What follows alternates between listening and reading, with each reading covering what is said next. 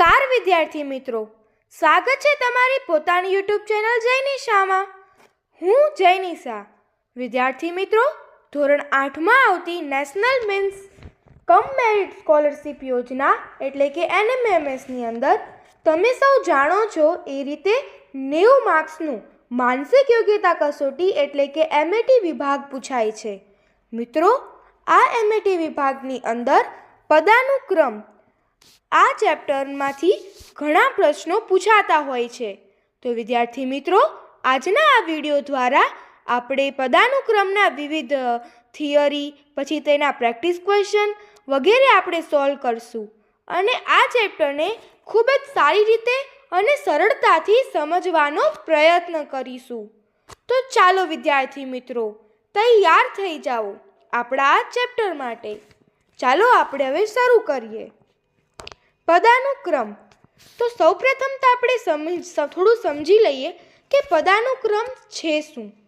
પદાનુક્રમ પ્રકરણમાં સામાન્ય રીતે વ્યક્તિ કે વસ્તુના ક્રમ સંબંધિત બાબતોનો સમાવેશ અથવા અભ્યાસ કરવામાં આવે છે, જેમાં કોઈ પણ વ્યક્તિ આપેલો હોય એ વસ્તુનો ઉપર કે નીચેથી ક્રમ શોધવાનો હોય અથવા ડાબી બાજુથી કે જમણી બાજુથી એ રીતે આપણને ક્રમ પૂછી શક્યો હોય, આગળથી કે પાછળથી પણ પૂછી શક્યો હોય, અથવા આપણને એ પણ પૂછી શકે કે જમણી બાજુથી જો આનું સ્થાન આ છે, ડાબી બાજુથી જો આનું સ્થાન એટલે કે આનો ક્રમ આ છે, તો આ હરોળ કે કોઈ પણ લાઇનની અંદર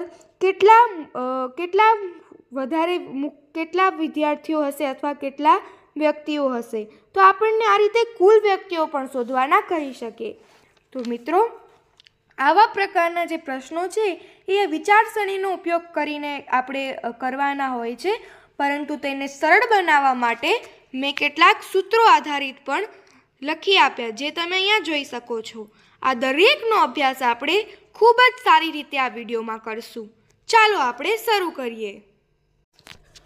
તો સૌપ્રથમ પહેલો પ્રશ્ન આપણે જોઈએ। આ ઉદાહરણ તરીકે સમજીએ કે આવા પ્રશ્નની અંદર કયા પ્રકારના પ્રશ્નો આવે છે, તો તમને થોડી વધારે ખબર પડશે। અહીંયા આપણને પ્રશ્ન એવો પૂછ્યો છે, નીરવ એક હરોળમાં આગળથી 12મા ક્રમે છે અને પાછળથી 22મા ક્રમે છે, તો હરોળમાં કુલ કેટલા બાળકો હશે? તો મિત્રો, મેં તમને જેમ કહ્યું હતું એ પ્રમાણે એક હરોળ છે, એમાં નીરવ આગળથી 12મા ક્રમે છે અને પાછળથી 22મા ક્રમે છે, તો હવે આની અંદર આપણે કુલ વ્યક્તિ એટલે કે કુલ બાળકોની સંખ્યા શોધવાની છે। તો મિત્રો, એમ તો આ પ્રશ્નને આપણે લોજિકલી પણ કરી શકીએ, પરંતુ આપણે તેને સરળ બનાવવા માટે આપણે એક સૂત્રનો ઉપયોગ કરીને કરશું। અહીંયા જ્યારે આવી રીતે પ્રશ્ન પૂછાય કે એક હરોળમાં આગળથી હોય, જમણી બાજુથી હોય, ઉપરથી હોય અને પછી ડાબી બાજુથી હોય, પાછળથી હોય, નીચેથી હોય અને આપણને બંને બાજુના ક્રમ આપેલા હોય કોઈ એક જ વ્યક્તિ માટે, બરાબર?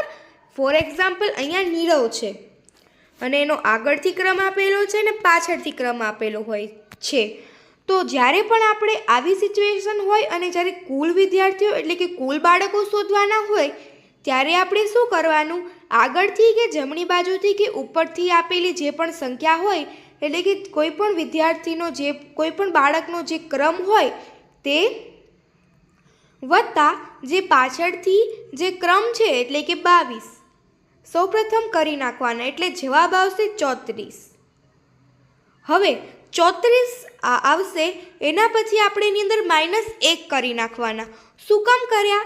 કારણ કે નીરવનો જ આગળથી 12મો ક્રમ છે, આ નીરવનો જ આગળથી 12મો ક્રમ છે અને નીરવનો જ પાછળથી 22મો ક્રમ છે, એટલે કે જો અહીંયા હરોળ હોય તો એક જ નીરવ બે વખત, એક આની ગણતરીમાં પણ નીરવ લેવાશે અને આની ગણતરીમાં પણ નીરવ લેવાશે, પરંતુ નીરવ એક જ છે। આથી આપણે 12 + 22 કરી નાખ્યા 34 અને એની અંદરથી 1 બાદ કરી નાખ્યો। આ જ લોજિકને મેં સૂત્રમાં કન્વર્ટ કરી નાખ્યું છે। આ સૂત્રને જો આપણે સમજીએ તો જુઓ, આ સૂત્ર મેં આ પ્રમાણે વાપર્યું છે કે જો ડાબી કે જમણી બાજુના ક્રમ પ્રમાણેથી કુલ સંખ્યા શોધવી હોય તો આપણે કઈ રીતે વાપરી શકીએ? અહીંયા ડાબી ને જમણી લખેલું છે, આપણે પ્રશ્નની અંદર આગળ કે પાછળથી લખ્યું તો એ એક જ છે, તો જ્યારે ડાબી બાજુનો ક્રમ એટલે કે આગળનો ક્રમ, જમણી બાજુનો ક્રમ એટલે એને સરવાળો કરવાનો, ડાબી બાજુનો અને જમણી બાજુનો, આગળનો ક્રમ અને પાછળનો ક્રમ. યાદ રાખજો, જ્યારે કોઈ એક જ વ્યક્તિનો આગળનો ક્રમ અને ક્યારેક એક જ વ્યક્તિનો પાછળનો ક્રમ આપેલો હોય ત્યારે જ આ સૂત્ર લાગુ પડશે. હા, તો આનો સરવાળો કરીને આપણે એની અંદર -1 કરી નાખવાના. આવું કરવાથી આપણો આન્સર આવી જશે. ચાલો હવે કેટલાક બીજા એક સૂત્રો છે તેનો આપણે અભ્યાસ કરી લઈએ. એના પછી આપણે કેટલાક પ્રેક્ટિસ ક્વેશ્ચન કરશું, તો પછી તમે જોઈ લેજો. મિત્રો, આના પછી આપણે તે સિવાય આપણે જે આગલા વર્ષના NMMSમાં આગલા વર્ષના પેપર 2018-2019માં જે પૂછાયેલા છે પદાનુક્રમને લગતા, એનો પણ આપણે એક વિડીયો બનાવશું જે તમને યુટ્યુબ ચેનલ પર જલ્દી જ મળી જશે, તો એ પણ જરૂરથી જોજો. ચાલો અત્યારે આપણે કેટલાક મહત્ત્વના સૂત્રો જે સરળતા ખાતર બનાવ્યા છે તે જોઈ લઈએ. ક્યારેક આપણને એવી સિચ્યુએશન આપી હોય કે કોઈ એક વ્યક્તિની ડાબી બાજુથી, ઉપરથી, આગળથી કે પહેલેથી એનો શરૂઆતનો ક્રમ આપેલો હોય છે, બરાબર, અને કુલ સંખ્યા એટલે કે એ જે વ્યક્તિ હરોળમાં જે ઊભો છે તેની એ હરોળમાં કુલ કેટલા વ્યક્તિ છે એ આપ્યા હોય છે. તો આપણે હવે એની જમણી બાજુથી સ્થાન શોધવાનું હોય છે. ત્યારે શું કરવાનું? જે કુલ સંખ્યા હોય એની માઇનસ જમણી કે ડાબી આપણને જે પણ આપેલું હોય, એટલે કે ડાબી બાજુ શોધવાની હોય તો આપણને જમણી બાજુ આપેલી હોય તો એની માઇનસ જમણી બાજુ કરી નાખવાની, અને જે પણ જવાબ આપે એની અંદર +1 કરવાના. આવું કરવાથી તમને તેની ડાબી બાજુનું સ્થાન મળી જશે.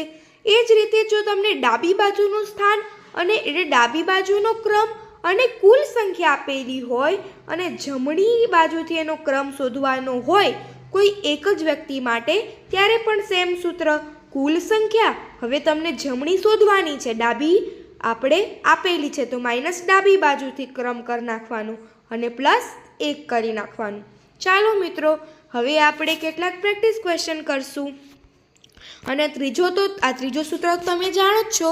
આની અંદર આપણે કુલ સંખ્યા શોધવા માટે આ પ્રમાણે કરીએ છીએ: ડાબી બાજુનો ક્રમ વત્તા જમણી બાજુનો ક્રમ, અને એક જ વ્યક્તિ કોમન થઈ જશે એટલે આપણે -1 લઈ લેવાના.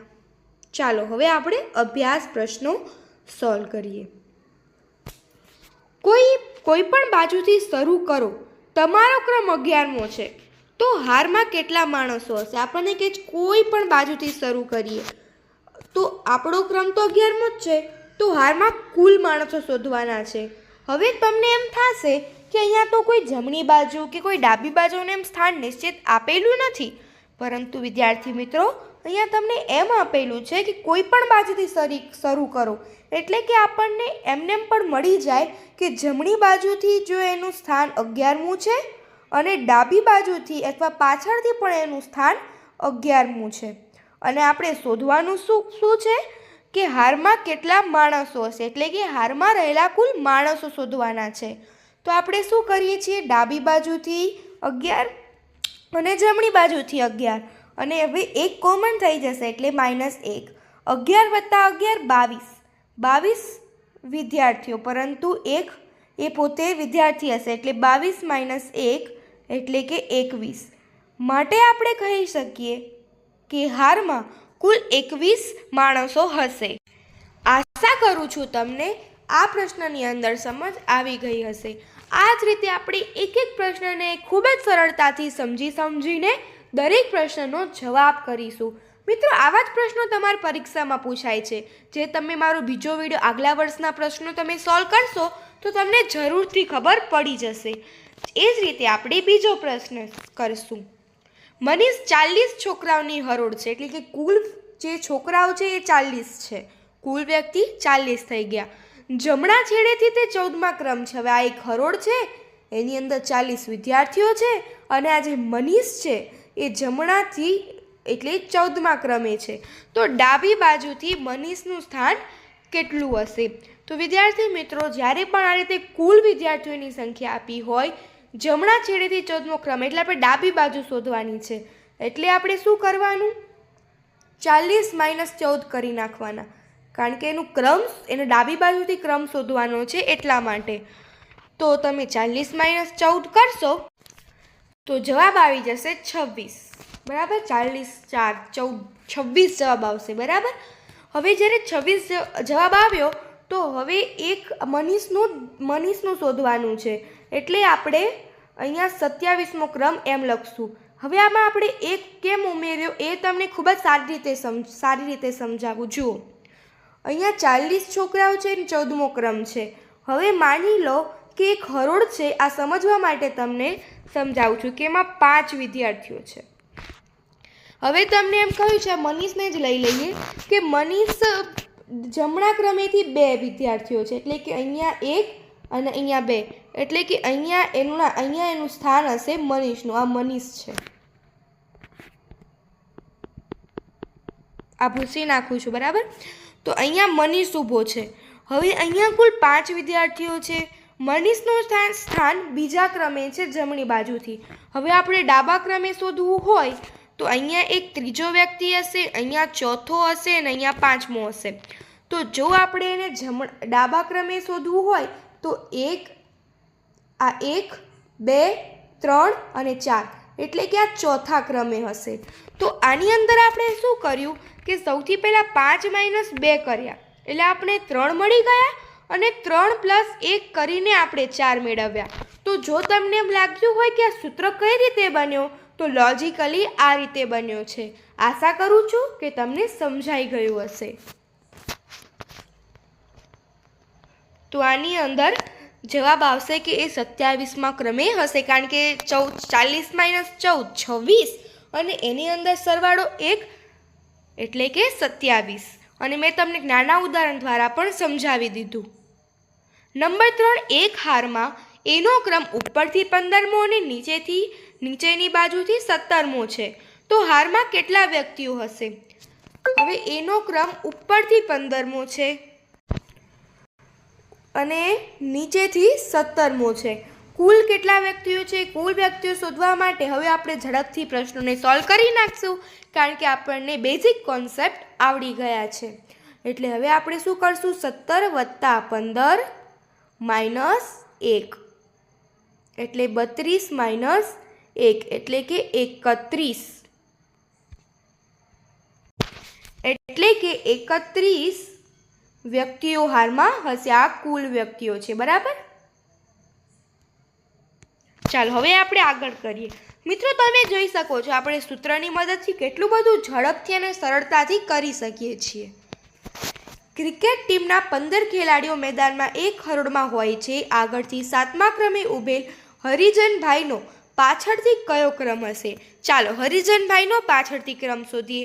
હવે એક હરોળ છે, એમાં 15 ખેલાડીઓ છે અને જમણી બાજુથી એટલે કે આગળથી આપણને સ્થાન આપી દીધું છે 7મું.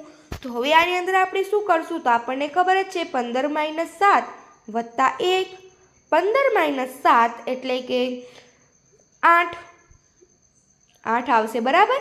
અને +1 કરી નાખશું એટલે આપણો જવાબ આવી જશે 9, એટલે કે હરિજનભાઈનો પાછળથી 9મો ક્રમ હશે. આશા કરું છું કે તમે આ પ્રશ્ન સમજી ગયા હશો. ચાલો હવે આપણે આગળ કરીએ.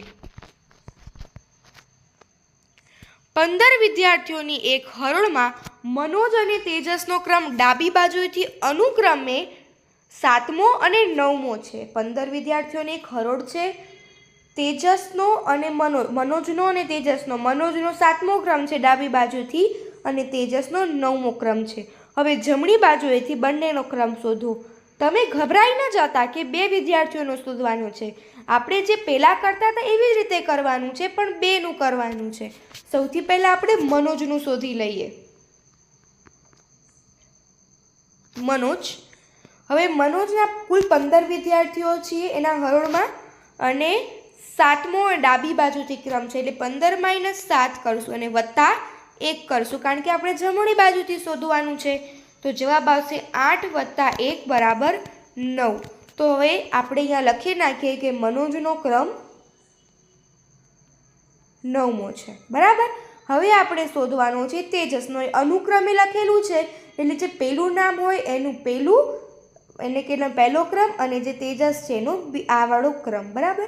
તો હવે આપણે તેજસનું શોધી લઈએ, જેનો ડાબી બાજુથી 9મો ક્રમ છે. જમણી બાજુથી શોધશું તો 15 - 9 + 1 બરાબર જવાબ આવશે 6 + 1 બરાબર 7મો ક્રમ।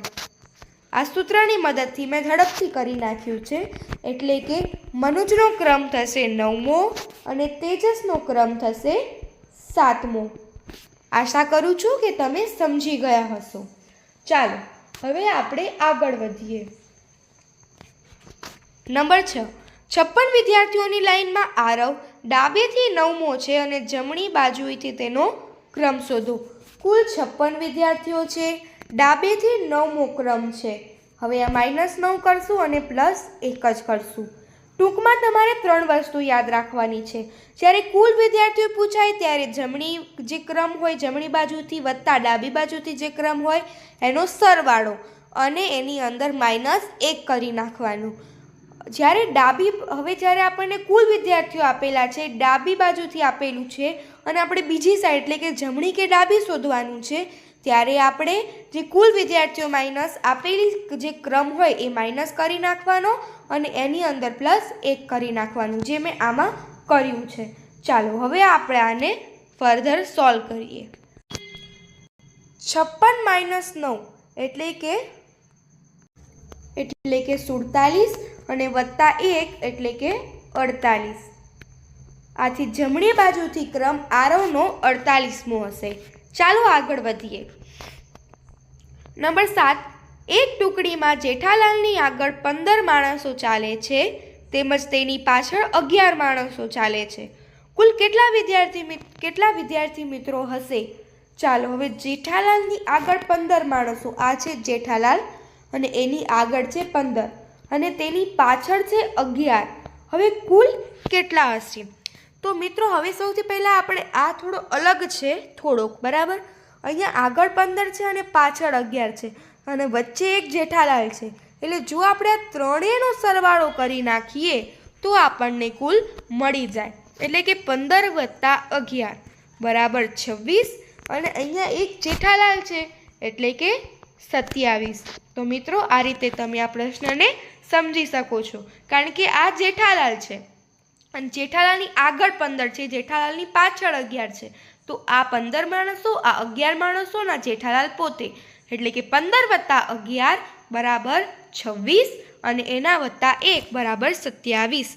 તો કુલ 27 માણસો હશે આ હરણમાં। ચાલો હવે આપણે આગળ કરીએ। ચાલો હવે એક અગત્યનું સૂત્ર છે મધ્યનું સ્થાન શોધવું। મિત્રો આ લોજિકલી જ છે, બરાબર। જો જ્યારે આપણને કોઈ મધ્યનું સ્થાન આપ્યું, આ પ્રશ્નને આ સૂત્રને આપણે બાદમાં સમજીએ, પહેલાં એનો પ્રશ્ન કરી નાખીએ તો કદાચ તમને વધારે ખબર પડશે। ચાલો આ પ્રકારનો પ્રશ્ન છે જેમાં આપણે આ સૂત્ર યુઝ કરવાનો છે। એક હરોળમાં 37 બાળકો છે, તેમાં આરતીનો ક્રમ ડાબી બાજુથી 14મો, ભવ્યનો ક્રમ જમણી બાજુથી 13 છે।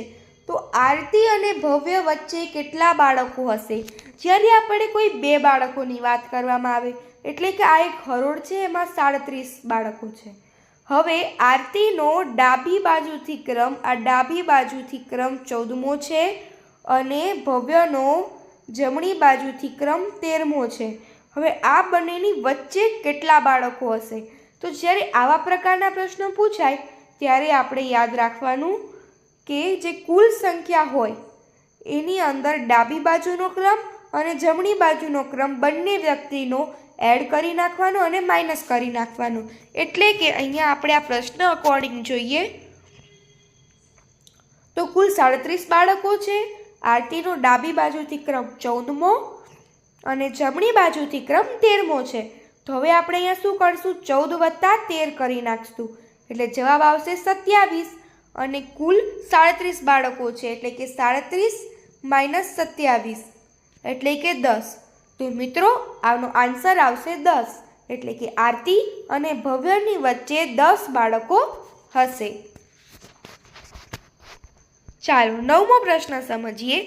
વિદ્યાર્થીઓની એક લાઈનમાં દક્ષ બરાબર મધ્યમાં છે, તે પાછળથી 20મા ક્રમે હોય। હવે એક લાઈન છે એમાં દક્ષ એ બરાબર મધ્યમાં છે, એટલે કે અહીંયા મધ્યમાં છે। હવે તે પાછળથી 20મા ક્રમે હોય તો કુલ કેટલા હશે? તો એ બરાબર મધ્યમાં છે એટલે કે અહીંયાથી 20મા ક્રમે છે તો અહીંયાથી પણ એ 20મા ક્રમે હશે. 20 + 20 બરાબર 40 -1 બરાબર 39. આવું આપણે શું કામ કરીએ છીએ? કારણ કે આપણને ખબર, જ્યારે આપણે કોઈ એક બાજુની સંખ્યા આપેલી હોય, બીજી બાજુની સંખ્યા આપેલી હોય અને જ્યારે કુલ વિદ્યાર્થીઓ શોધવા હોય ત્યારે આપણે આગળનો ક્રમ પાછળનો ક્રમ -1 કરીએ છીએ. તો હવે આગળથી ને પાછળથી એ મધ્યમાં છે એટલે સરખો હોય. 20 એટલે કે 20 40.